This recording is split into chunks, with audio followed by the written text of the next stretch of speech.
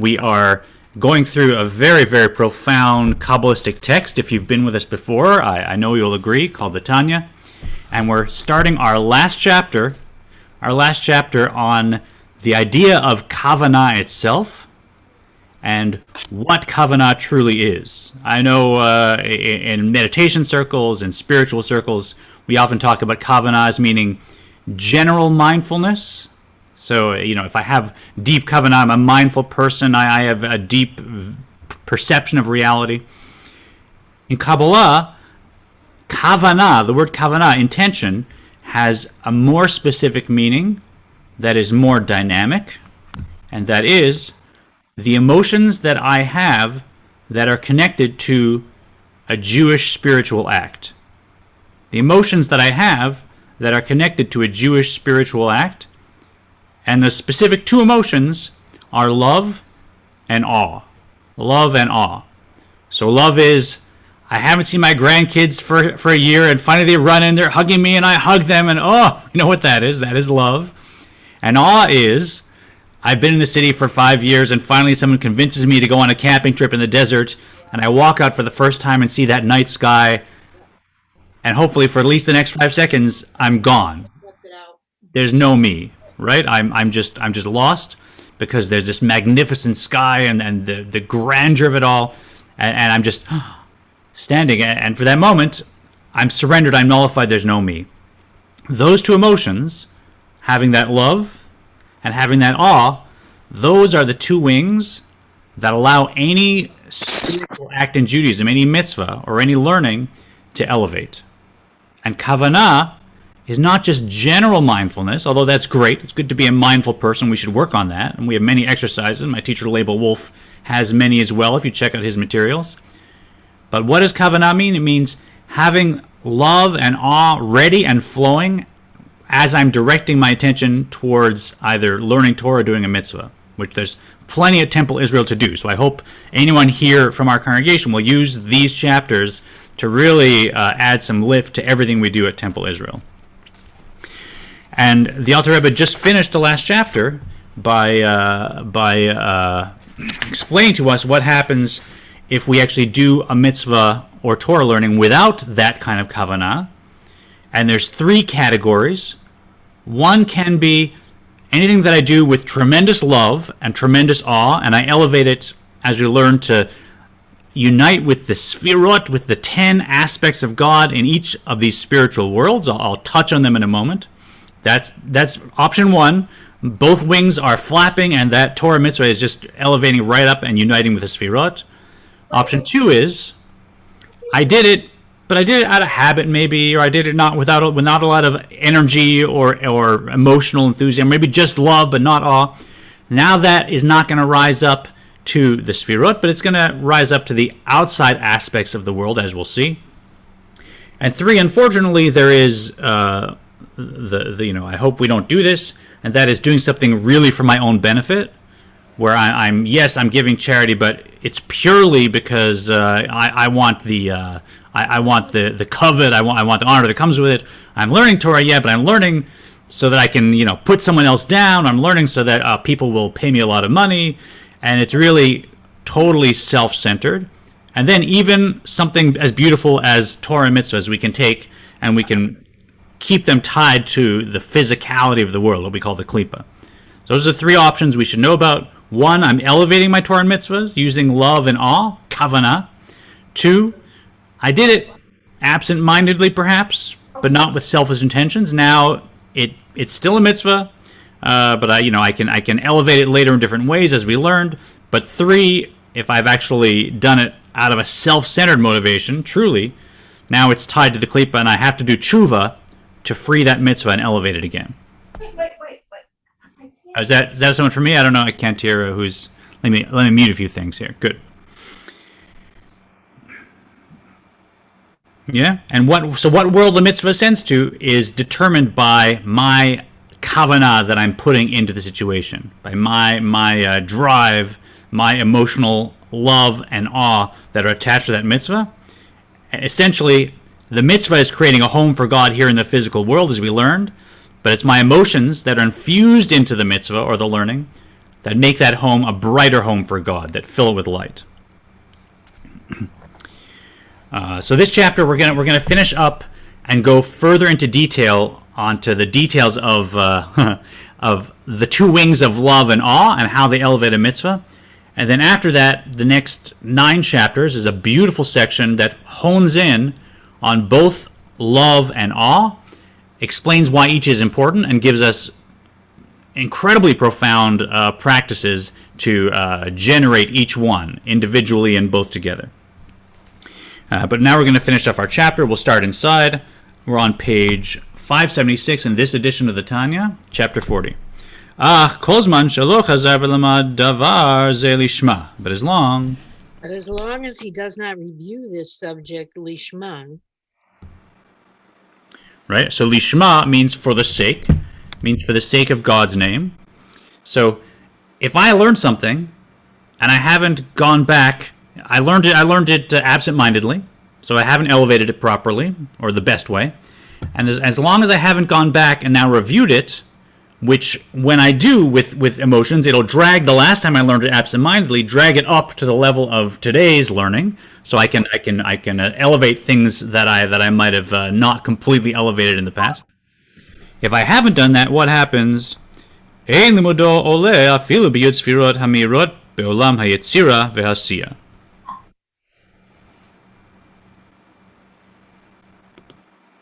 His study does not ascend even to the 10 Sifrot, which radiate in the worlds of Yetzirah and Aziyah, not to mention the Sifrot of Beria.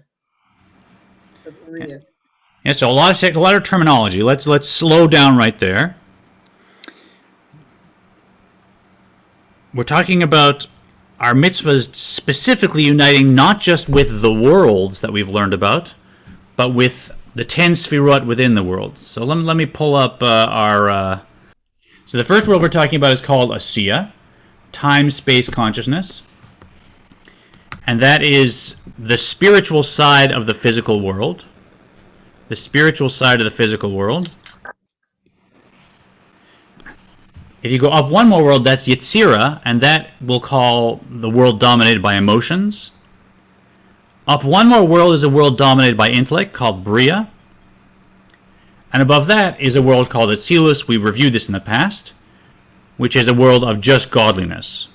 Total nullification of us, and it's just oneness with godliness. That's the definition of that world.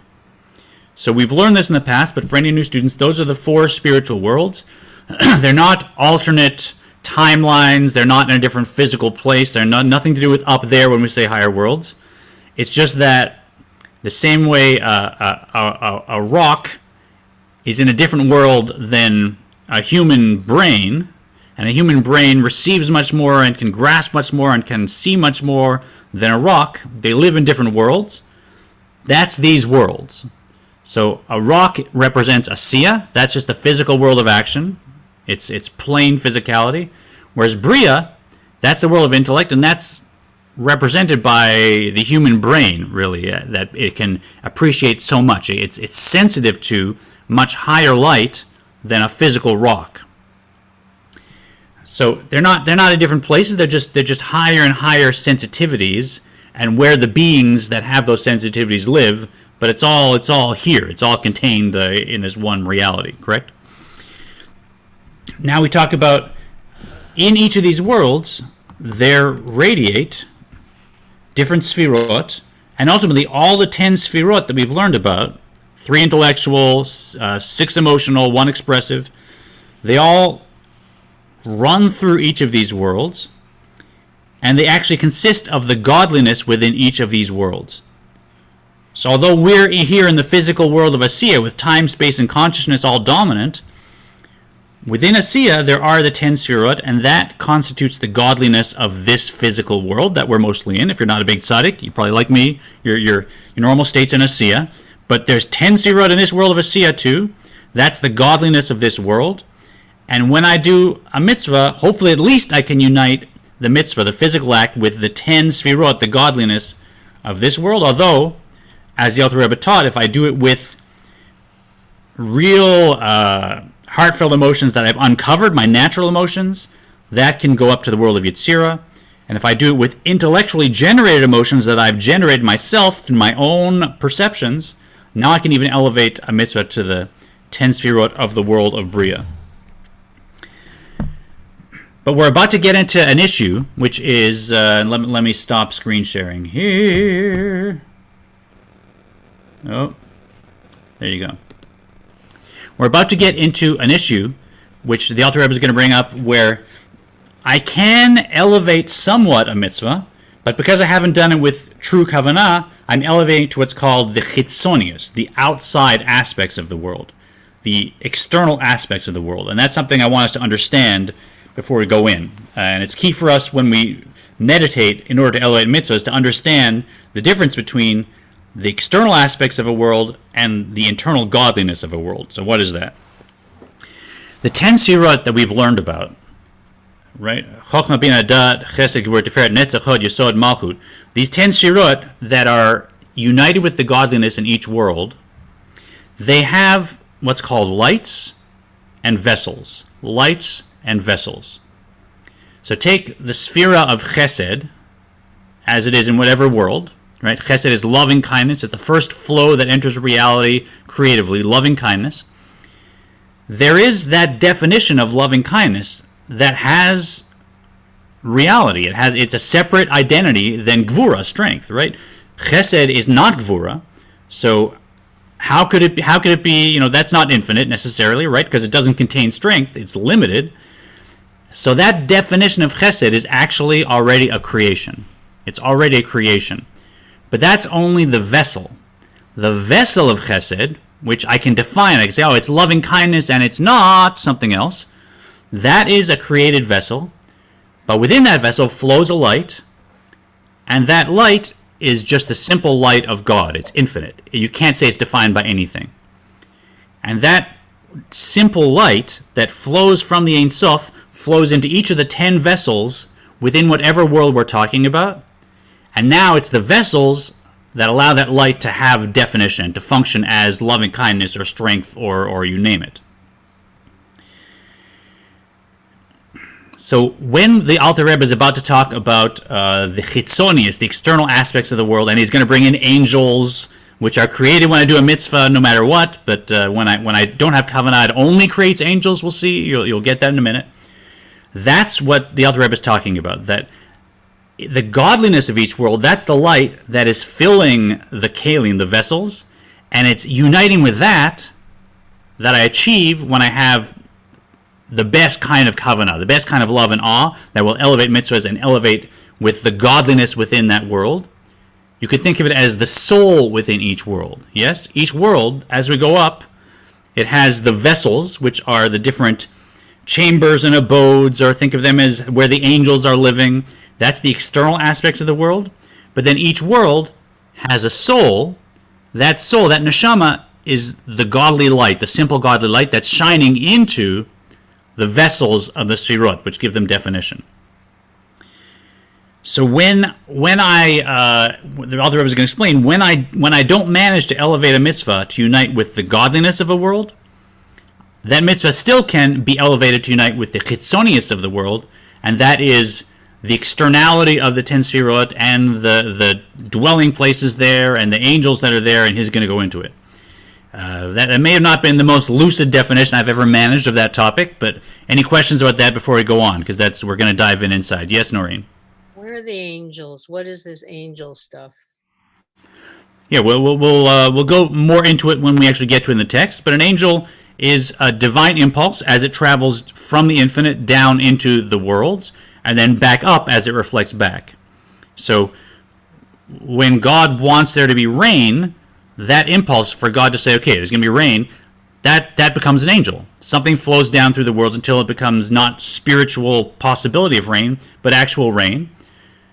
And then when a farmer says, "Thank you, God, for bringing rain. You saved my family. God bless the God of Israel for bringing rain," and praise, that sends an angel reflected back up that flows up and unites with godliness. And that motion upwards, that's also an angel.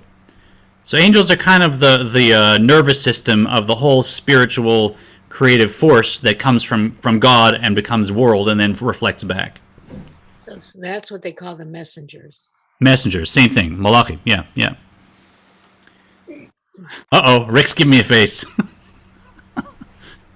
Any other questions or thoughts? So let's go inside. That was a lot to bite off. I apologize if it was more than I intended.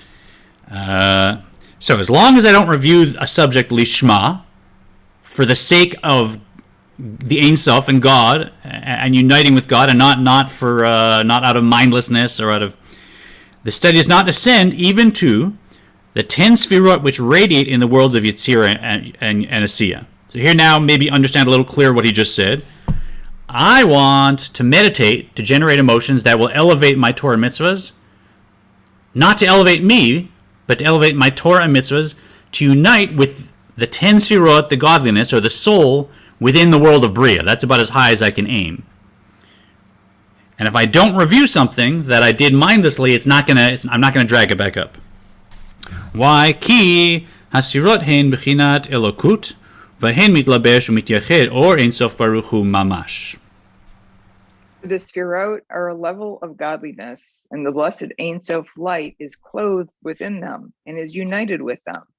And therefore, were this person's Torah to ascend into the Sfirot, it would actually ascend to the Ein Sof light. And he used a word, godliness, that we use a lot. Elokus, right? Godliness. You should know, and every student watching should know. And by the way, if you're on Facebook, feel free to ask some questions. Let me open up Facebook on my phone, so I will be able to answer or include any comments that you have. So let me go to my Facebook page to welcome you guys. All right. So anybody, hi, Ismael.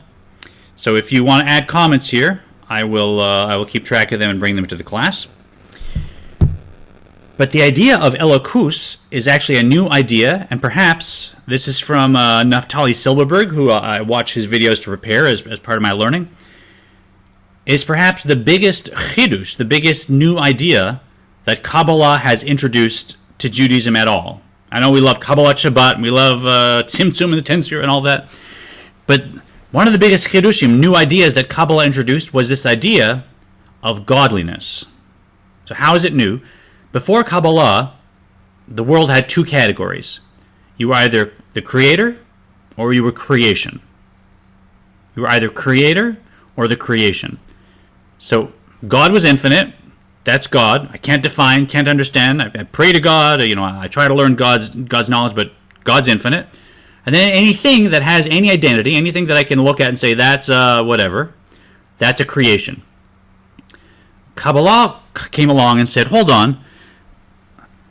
There can be something that extends from God, but that is not a creation yet. There can be something that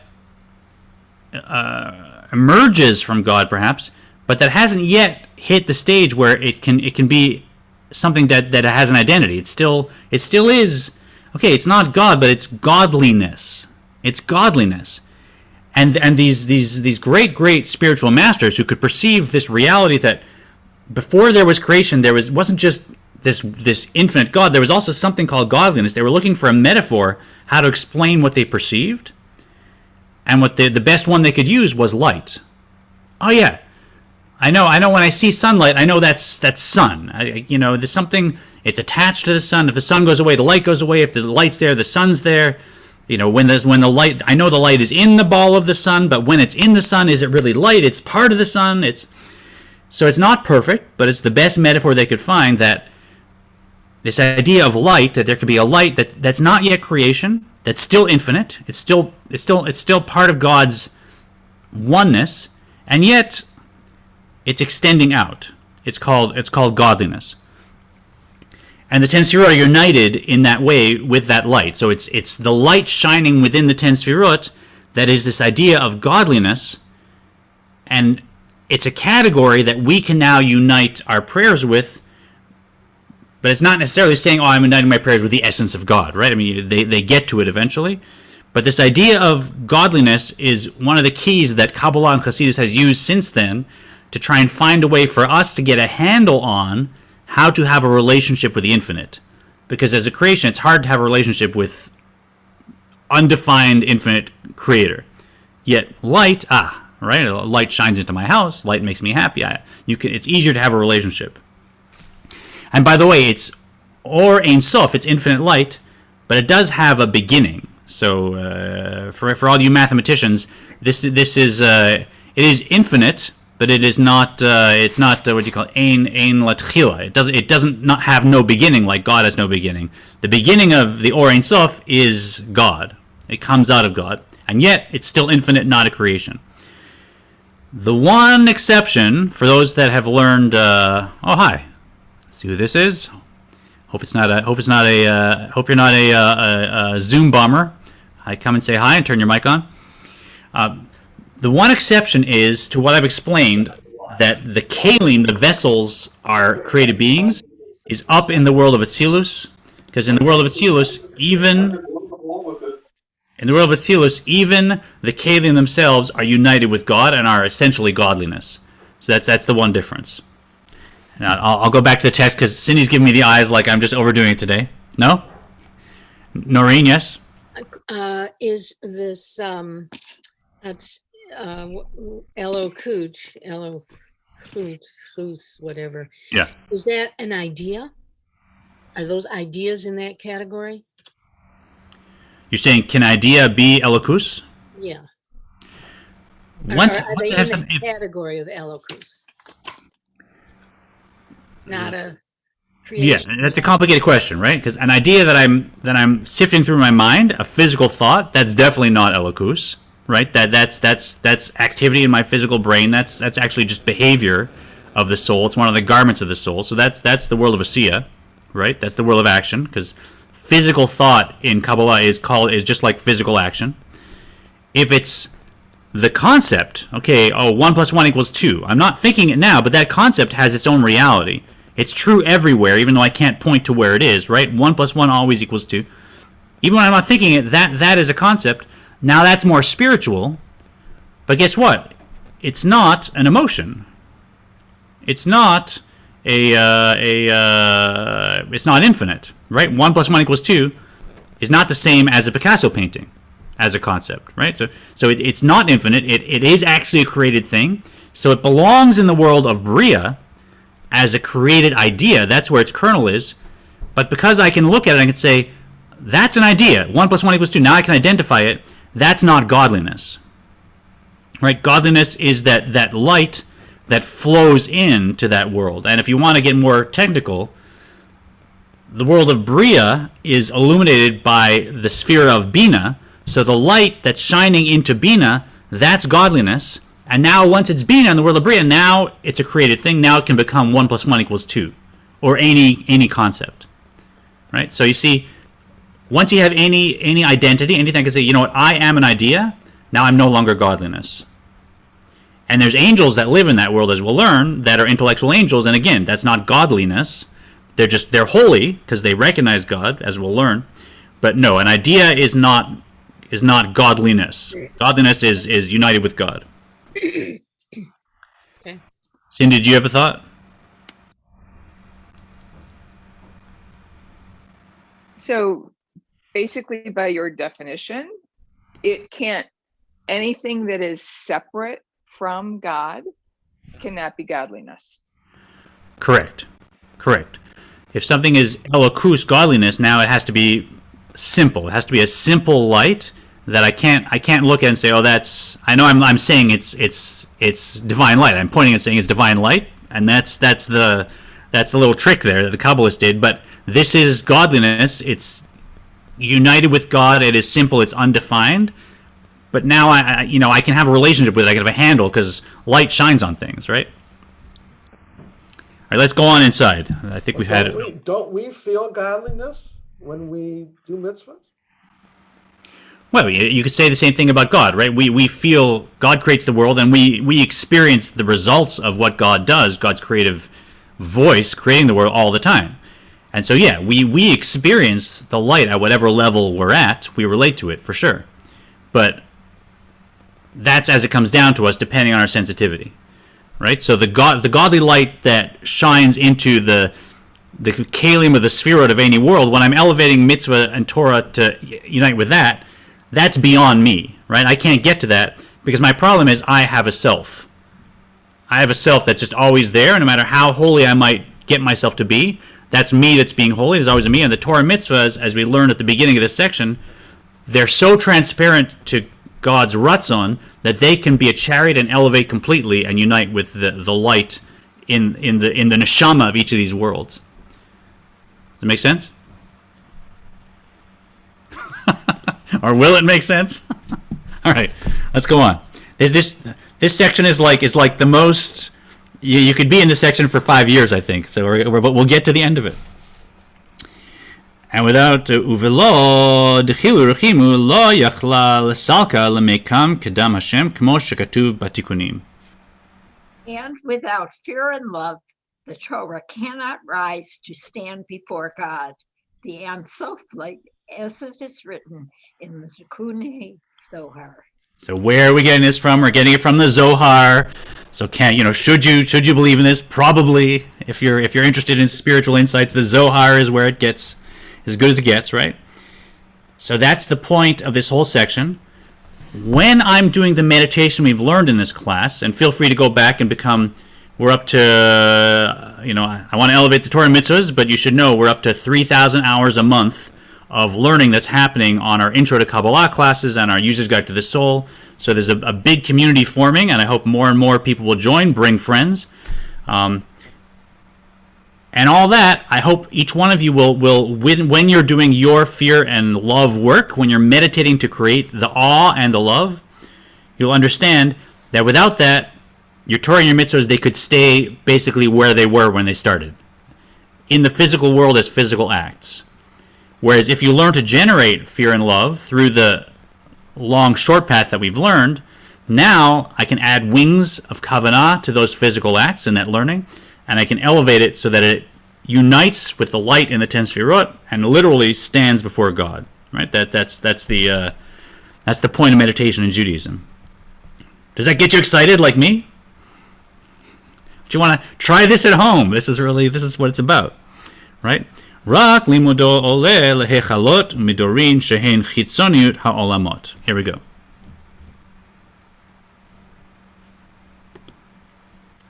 I think Maxine, if you'll unmute. We're at instead. Instead, his Torah study rises to the chambers and abodes of Yetzirah and Asiya, which are the externality of the worlds. All right, so good thing we went over this in advance, because what does that mean? Right? Now, in the words we described, we're learning Torah right now. If I'm just phoning it in, if I'm just on road, I don't feel like I am, but if I am, it can happen, right? Now I'm not elevating this very Torah we're learning to one of the higher worlds. Instead, it's not uniting. It is going to those higher worlds, but it's not uniting with the godliness, the neshama, the 10 sefirot of those higher worlds. Instead, it's getting stuck in the externality of those worlds, which is, now he's calling it hechalot and midorin, chambers and abodes. Why? Because the beings that live in those worlds, angels, souls of tzaddikim in higher worlds, the beings that live in those worlds, they live in the externality of the worlds. They're not completely one with godliness because they're created beings. Godliness means there's nothing else. Godliness means there's only infinite Ein Sof. So anything that is a created being that lives in one of those worlds has to live in the externality of those worlds, the kalim, the vessels of the 10 sefirot, or we want to call them chambers and abodes. And now we're going to get into angels. Make sense? Someone, please nod your head. Someone, if it makes sense. I need to know. I got one. Okay. Any questions? All right, let's keep going. Shebahen omdim hamalachim. Go ahead, Dan. Where the angels are situated. Yeah, and let's do one more, me and you, Dan. Uchmosh katav harav Chaim Vital zichrono livracha b'shah nevuah perik bet shemeha Torah shelo v'chavana nivrim malachim ba'olam hayetzira umeha mitzvot bli chavana nivrim malachim ba'olam hasiya. Rabbi Chaim Vital of blessed memory writes in chapter 2 of the Shahar Hantavuach, the portal of prophecy, that from Torah studied without Kavanah, angels are created in the world of Yetzirah, and from mitzvot performed without Kavanah, angels are created in the world of Asiya.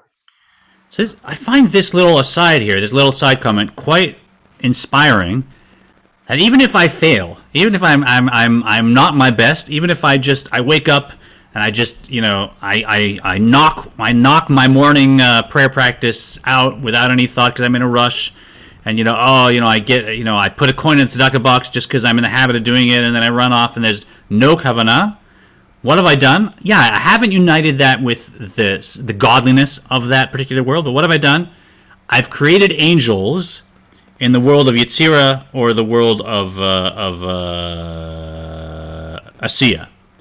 So creating angels in the bottom two spiritual worlds, that's a pretty amazing thing.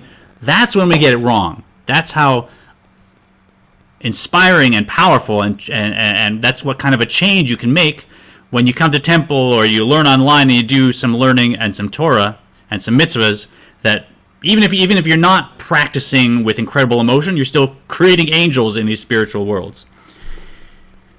And now, what are angels? Angels are still creations, right? So we're talking about the externality of the worlds.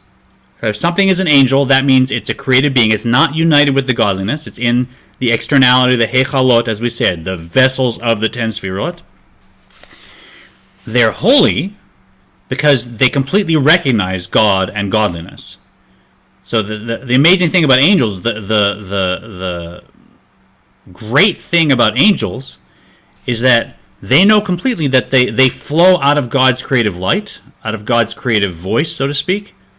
They recognize it completely, and they're so full of love and awe that they nullify themselves. Every time we get up to pray and the angels say, holy, holy, holy, they rise up and they basically burn out of existence at that moment, out of incredible love or incredible fear, awe of God. But they are creations. So they're holy, but they're creations. And that's the difference between holiness and godliness. Holiness versus godliness. Something that is holy means that it's transparent to the Ein Sof. Something that's holy means it recognizes the Ein Sof. It is there as a vessel of the Ein Sof. It serves the Ein Sof. But it can still have an identity. It still is an angel or a Torah scroll. A Torah scroll is holy, but it's not united with God in that it is a physical Torah scroll still. Same thing with an angel. And, the Alter Rebbe will get in on the next page about the actual composition of angels, that they have, just like us, they have form and matter. They have a soul and a body. But the difference with angels and us is that while we're created of 4 elements, right? Earth, water, air, and fire, according to Kabbalah. An angel's body is created of only 2 elements, which you guessed it, fire and air. Fire and air. So where my body is a physical body that has spiritual components, an angel's body is a completely spiritual body that's only made up of the elements of fire and air, so it's only the spiritual aspects of my body without any physical component whatsoever. So anytime someone talks about the body of an angel, they think that there's these giant beings out in space with big arms and wings, or when we describe Metatron later on in the Tanya, don't think anyone thinks there's this giant being that spans the galaxy physically, because angels do not have physical substance as part of their body at all. It's all spiritual. Right? So when we describe wings or arms or heads or whatever they are, that's a spiritual structure with no physical reality. So that's the point. When I do Torah mitzvahs without this kavanah, I create angels in the bottom 2 worlds. And by the way, when I do with kavanah, I still create those angels. But that's not the point of doing the Torah mitzvah. It's in order to elevate it to unite with godliness. So that's the great thing about doing Torah mitzvahs with kavanah. They also happen to be creating angels on the way. So amazing to think about that. Next page. V'chol hamalachim hem ba'alei chomer v'tzura. Now, all angels are possessed of matter and form. You just said they don't have form. Sorry, so what I meant to say is they do have form, but their form is completely spiritual. Okay. So they do have what's called a body, but that body is only composed of the spiritual elements of fire and air. So it doesn't appear in the physical world. It has no physical matter in it. But you can still say it's a body because in the spiritual world they also have spiritual bodies. There's no physicality to them.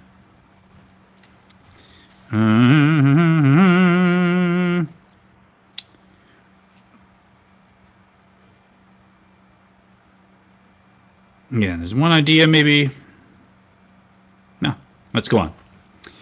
Aval Torah shelo lishma mamash. כגון להיות תלמיד חכם וחי גוונה.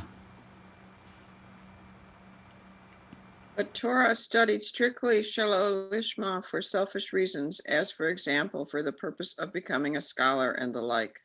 Can you imagine?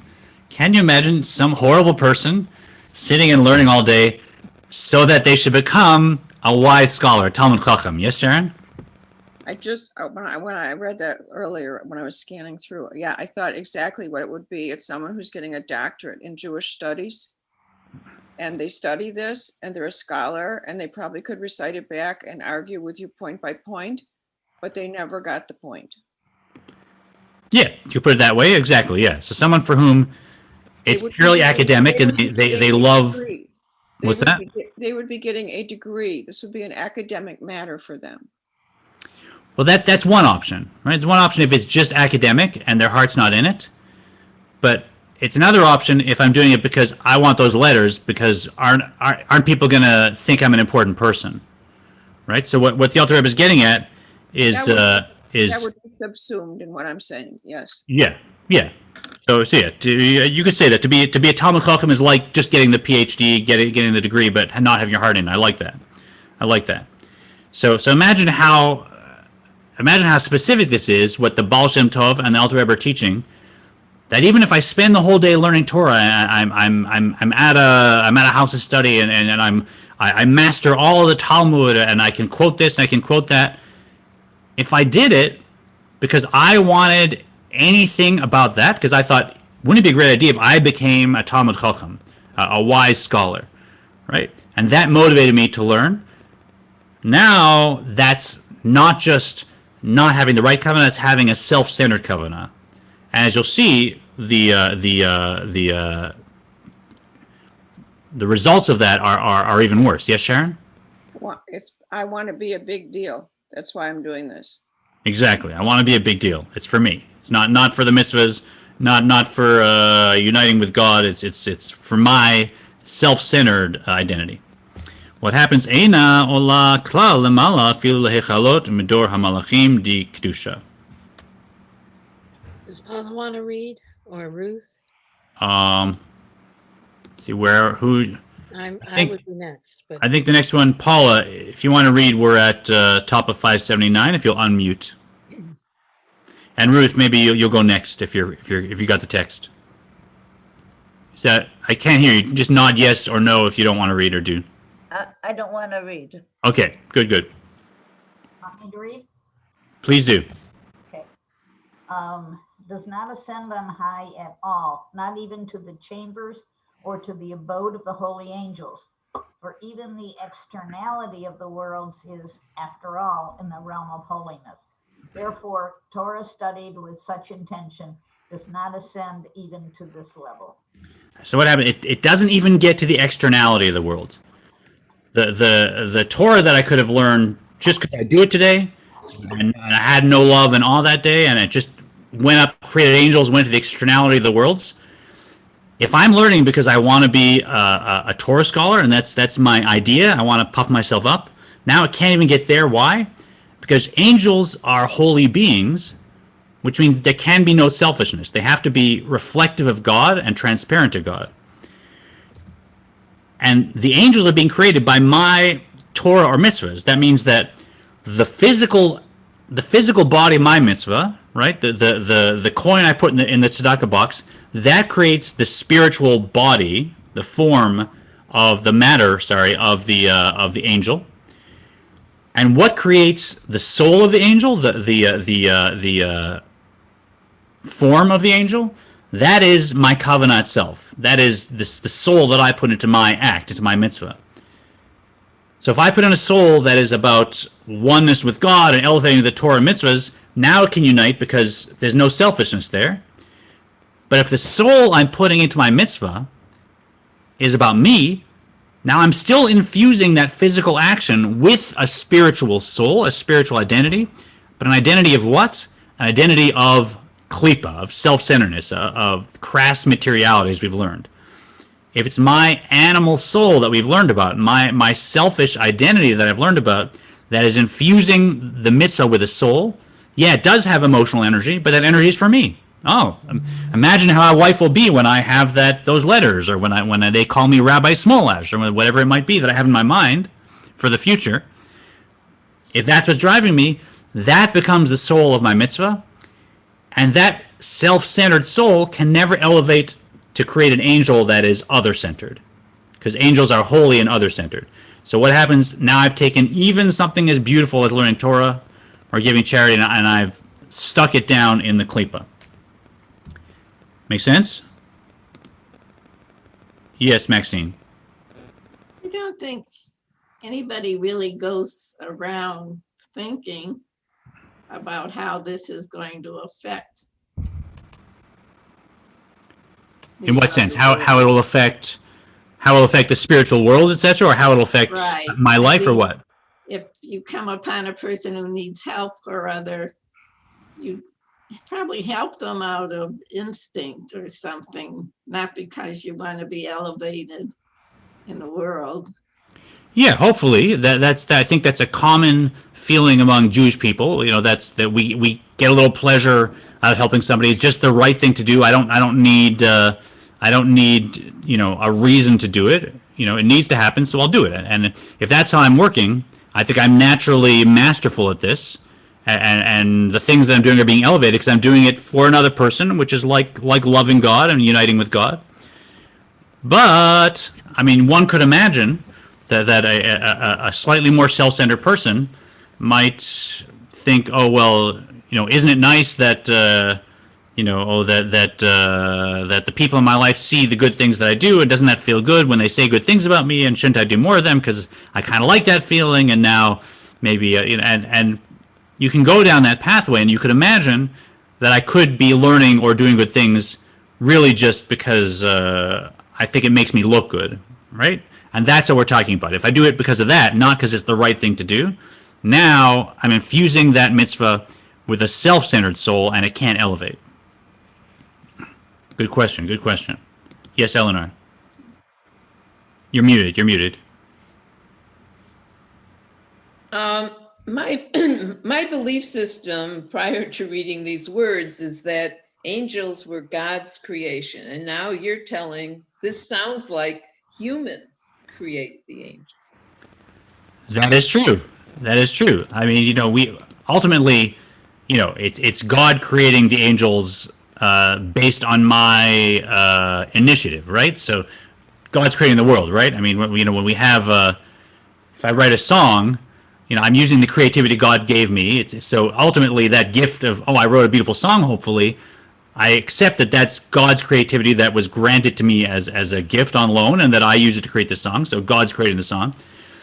And ultimately, God's creating the angels too. I mean, it's not in my power to create an angel. I'm not seeing it happening.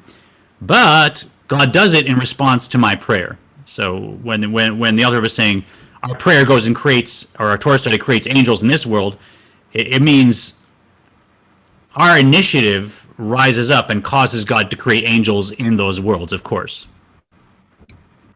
But without us, those angels won't be created. So perhaps add that to your belief system, that when you say the Shema, or when you learn the Torah today with whatever Kavanah we have, we are creating angels as we go. It's a powerful, powerful place to be a soul in a body and have the capacity to create angels up in the spiritual worlds while we're just down here moving pieces of paper around. And going on. But remains below, is that where we are? Ela nisheret lamata balamazeh hagashmi shehu midor haklipot. But remains instead below in this physical world, which is the abode of the klipot. Since the selfish motive stems from klipa, the Torah study that elicits remains in the abode of klipa. So we know about klipa. Klipa is the shell, the externality of a world, and I want to be very careful about any self-centered motivation that creeps into anything we're doing here, because the whole point is to care about God and care about the mitzvahs and care about other Jews and elevate the world around me through my meditations and my Jewish stuff. Let's do this note. Kmo shekatuv bazohar chelek gimel daf lamed aleph amud bet v'daf kuf chaf aleph amud bet ayin sham. Let's do the whole thing. Hahi mila salka uvaka rikiin chulu v'itar mad itar itav tav chulu ayin sham v'daf kufhe amud aleph mila deoraita it avid mine kala slich chulu v'daf kuf samachet amud bet kalin deoraita v'tzolta Vitzlota bakain rikiin chulu. Let's do that whole chunk there, the whole gray. Okay. Note, part 3, pages 31b to 121b, where it is similarly written that spoken word ascends on high and pierces the heavens and evokes what is evokes. And the word is good, the word of Torah or the like. It evokes good. Note there. And also on page 105a, from a word of Torah, a voices form which rises. And on page 168b, the voices of Torah and prayer ascend on high and pierce the heavens. So, hi Julie on Facebook. Please let us know if you have any questions. Put them in the comments. Good to have you. Joining us right now, and Eleanor, very nice. I gave you a long section to work out those those new spectacles. You did great. So that's this from the Zohar, right? That when you say something, when we're saying words of Torah right now, it ascends on high, it pierces the heavens, it evokes what it evokes. It creates angels. It unites with the neshama and creates new light that can come back down. From word of Torah, voices form which rises. The voice of Torah ascend and pierce the heavens. So some beautiful quotes to back up what we learned. And the opposite, It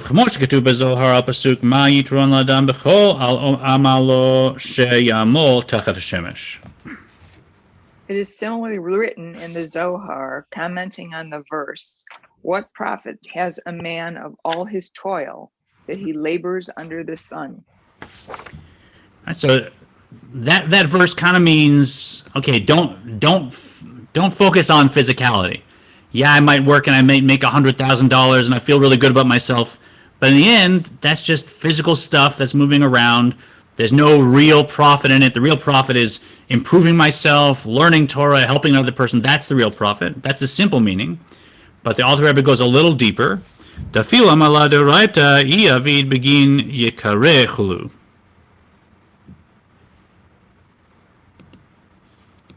Even with the toil of Torah, if one does it for his own glory, it belongs to the category of labor under the sun, and there is no profit in it. So not just that I earned $100,000, but that I learned a whole tractate of Talmud, and look at me. But if I did it because I wanted to feel good about myself, I wanted to, let the world know I did it, or I wanted to get a title, now it stays under the sun. It doesn't elevate up to the spiritual worlds as I'd like. It actually stays under the sun, and what profit is there in that? It actually doesn't go anywhere. Even v'zehu she'amru ashrei mi sheba lachan v'talmudo biado perush shelo nish'ar lamata b'olam hazeh. Let's do the next two. This is also the meaning of the saying of our sages. Happy is he who arrives here on high with his Torah study in his hand, meaning that his Torah study did not remain below in this world. So one of the benefits of now at the end of 120 years being a soul in heaven is every bit of Torah that I learned here during a lifetime, and I learned it at whatever capacity I could learn. Maybe I just learned the simple laws of where mezuzah has to be on the door, and for me it's just you know what, top third of the door and on this side, not that side, and leaning in, etc. And for me, it was just physical laws. There's a whole world of depth in that Torah, all the way up to the level of Kabbalah and Hasidus. And although I may not grasp it when I learn it in this world, when my soul's in heaven, now all that opens up. All that opens up, and I see the tremendous light and depth that was in everything that I learned, even on a basic level here in this world. Right? So when we're souls in heaven, what we do is we relearn all the Torah that we learned here, and we appreciate all the light of the mitzvahs too, but we learn it at a much deeper level. So here's the quote: "Happy is one who arrives here in heaven on high with his Torah study in his hand." Now, it's a little strange, the Alter Rebbe points out, why this Torah study in his hand business, right? I mean, why don't you say, happy is one who arrives here and learns, like Vilamed? Like, why this Torah study in his hand? The Alter Rebbe is saying, oh, this is back to that story about the Baal Shem Tov, which we told now for the third time, that the Baal Shem Tov came up to a house of study, or a shul in some cases, and he said, I can't go in there. It's just packed with Torah and prayers, and I just can't go in. There's no room for me. And the students looked at him like, I mean, isn't that perfect if it's packed with Torah and prayers? But the Baal Shem Tov explained, no, Torah and prayers need to be elevated as we're learning, with love and awe of God. And in this room, people are learning Torah, but they're learning it so that they can know Torah, so they can be Talmud Chacham, so they can grow and enjoy learning, and it's all about themselves. And they didn't do it with a sense of awe and love to elevate it. So it's so full of that Torah and learning and mitzvahs that got stuck down here that I can't push myself in. So that's what it's about. The happy is one that came up with their Torah learning in their hand, meaning they didn't leave it down in the house of study. They actually dragged it up with their Kavanah, with their sense of emotions. So it didn't remain below. It didn't get stuck here in Temple Israel in our class, but it's rising as we speak. And here, this concludes the idea that the type of kavanah that we have determines where Torah and mitzvah are elevated to, right? That the neshama that I give a mitzvah, the soul that I give a mitzvah, affects how that mitzvah goes up, and the idea of these two wings of love and awe, that's the kavanah that we raise. And when we come back next week, we'll start a new point. But let's take just a few minutes. If you're with us, either on Facebook or here in Zoom, or watching in the future, one of our many brothers and sisters online learning with us, let's take a moment to meditate. This is where we actually create the strength of those two wings of love and awe that we're going to use to elevate this Torah and everything we'll do today and this week. So find yourself in a relaxed position with your spine nice and long. You can close your eyes.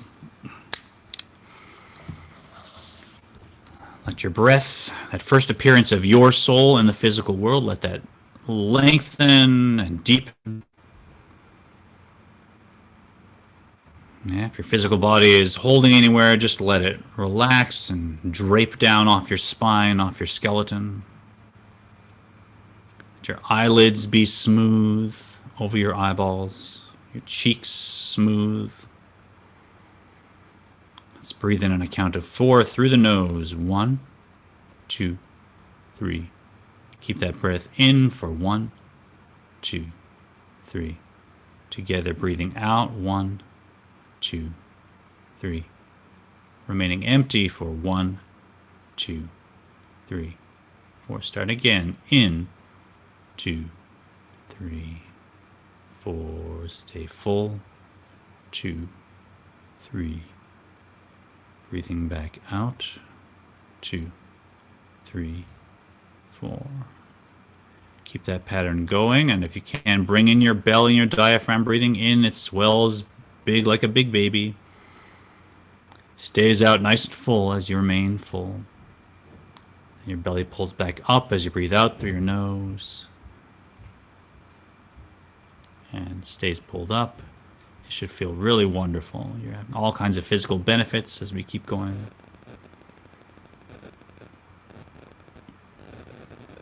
In your wisdom gateway, which if you've been meditating with us, that's the space between the end of the in-breath and the beginning of the out-breath. That's our wisdom gateway. Let's open that gateway up and place in that gateway this divine concept. My Kavanah is elevating all my Torah mitzvahs. And if you can picture the details of all these worlds we've been describing, the levels of the worlds and the sefirot in the worlds, and see them uniting with the light in those worlds, and let your mind fill with that divine concept. See and hear and experience it in more and more detail as it fills your mind like a cup of wine.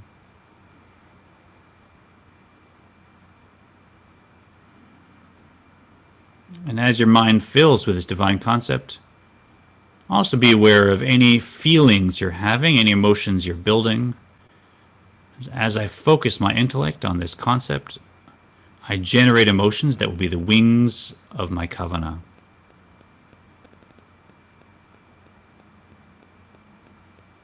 As I always say, if you're joining us on YouTube in the future, on Facebook, feel free to pause and meditate here for as long as you'd like. If you're with us in the class, let's open our eyes. One time we were meditating, and it was such a beautiful session. I was so happy. It was such an elated state. I opened my eyes, and the computer was just blank. My internet had gone down. So every time we meditated, I opened my eyes, and I'm happy. You're all there. I always have the same reaction. But Yesha Koch, everybody. Thanks for joining us. We're going to sign off on Facebook and sign off on YouTube, and I hope you'll join us. If you'd like to join the class in person, please email Maya at temple-israel.org. She'd love to send you the link so you can be here in our discussions. Wish you an amazing, amazing week.